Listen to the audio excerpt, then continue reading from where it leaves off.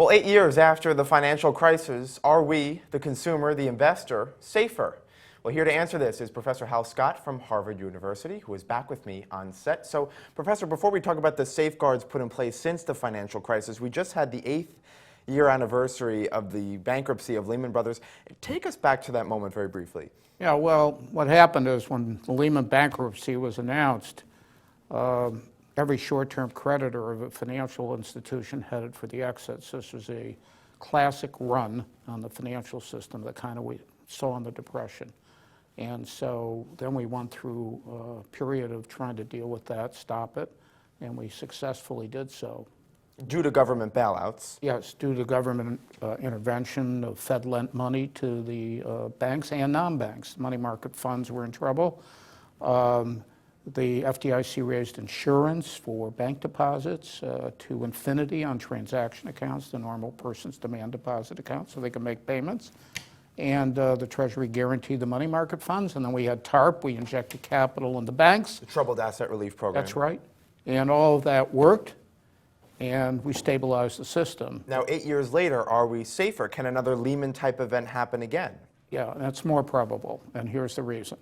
All those things I just described to you, we took away or limited because we regarded them as bailing out Wall Street. So all these things that the government did to stabilize the financial system in 2008, they can't do anymore. And is that because there was a lot of public outcry from these bailouts back in 2008? And it continues today. I mean, you've just watched the Republican debates. I mean, or we don't want to bail out Wall Street again.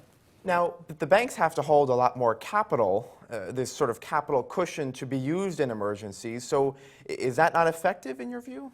Well, it's good. I'm for raising capital, but a couple of things. In a run on a financial system, the assets plunge in value. Everybody's selling the same assets. It's called a fire sale, okay?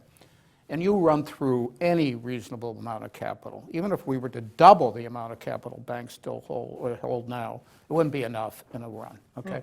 Secondly, those capital requirements don't apply to non-banks. And that was the center of the financial problem in 2008. Non-banks meaning banks that aren't necessarily, money market funds. But they don't have, windows, they don't have storefront locations.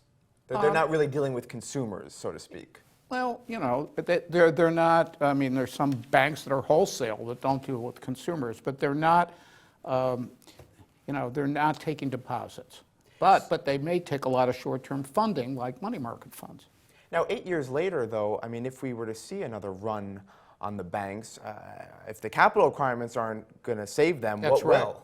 They will not save it. And moreover, with respect to the non-bank piece of the run, all of these restrictions have been put on the Fed, and the FDIC can't increase insurance, and we don't have TARP anymore. So we're in trouble if something like this happens again. Yeah, I think we talked before, sort of after Brexit. Yes. And you remember there were a couple of days we flirted with this problem. Would there be panic? Okay, it wasn't. But we never know when it's going to come, okay? And unfortunately, if it comes, we're much less prepared to deal with it. So before we run out of time, I mean, is there any solution to this? It's pretty gloomy. It's gloomy because it's such a hot political issue that nobody wants to touch it. Well, we'll hope for the best. Professor Hal Scott, thank you for joining us. You're welcome. Okay. I'm Scott Gamm, and you're watching The Street.